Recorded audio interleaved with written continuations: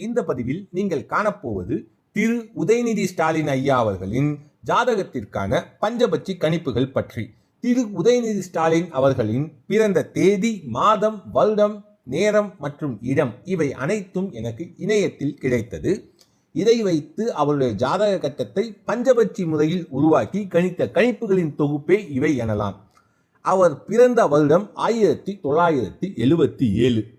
அன்றிலிருந்து 35 வருடங்களுக்கு அவருக்கு ஒரு மிதமான வளர்ச்சியை கொடுக்கக்கூடிய திசைகள் பஞ்சபட்சி முறையில் இருந்தன.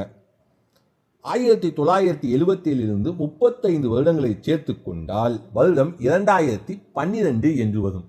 அன்று முதல் அவருக்கு ஊன் தசா ஆரம்பிக்கின்றது என்று கூறலாம். அதாவது வளர்ச்சிக்கான நேரம், அதிக வேகமாக வளரக்கூடிய நேரம் என்றும் கூறலாம். அதனை 2012 அவருடைய முதல் திரைப்படம் வெளிவந்து வரவேற்பை பெற்றது. முதல் திரைப்படம் ஒரு கல் ஒரு கண்ணாடி. அந்த படம் வெளிவந்து நல்ல வரவேற்பை பெற்ற படம். உதயநிதி ஸ்டாலினின் பஞ்சபட்சி ஜாதக அமைப்பை படி அவர் தனித்து வெல்லாமல் தன்னுடைய நட்புகளை கூட சேர்த்து கொண்டு அந்த நட்புகளின் துணையோடு வெல்லக்கூடியவர், அந்த மாதிரி அமைப்பை பெற்றவர் என்றும் கூறலாம். 2012 வருடம் முதல் அடுத்த 30 வருடங்களுக்கு இவருக்கு இந்த ஊன் தசா என்ற தசாபுத்தியே நடக்கும்.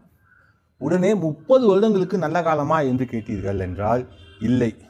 இந்த ஊன் தசாவை ஊனில் ஊன், ஊனில் நடை, ஊனில் அரசு, ஊனில் ஊனில் அரசு, ஊனில் ஊனில் நடை என்று அந்தரம், அதிசூட்சும அந்தரம், சூட்சுமம் என்று பல பகுதிகளாக பிரிக்க வேண்டும். அப்படி பிரிக்கும் பொழுது இந்த 30 வருடத்தில் மிக சக்தி வாய்ந்த நேரம், மிக சக்தி குறைந்த நேரம் என்று பல பகுதிகளை பிரிக்க முடியும். இதை பொறுத்து பார்க்கும் பொழுது 2018 வரை அவருக்கு நல்ல வளர்ச்சி இருந்து 2018க்கு பின் அரசியலில் நல்ல வளர்ச்சி கண்டு இப்பொழுது அவர் சந்திக்கக்கூடிய தேர்தல் காலகட்டம் வருகின்றது. இந்த தேர்தல் காலகட்டம் என்பது அவரின் பஞ்சபட்சி ஜாதக கணிப்பு படி கொஞ்சம் சிக்கலான காலகட்டம் என்றும் கூறலாம்.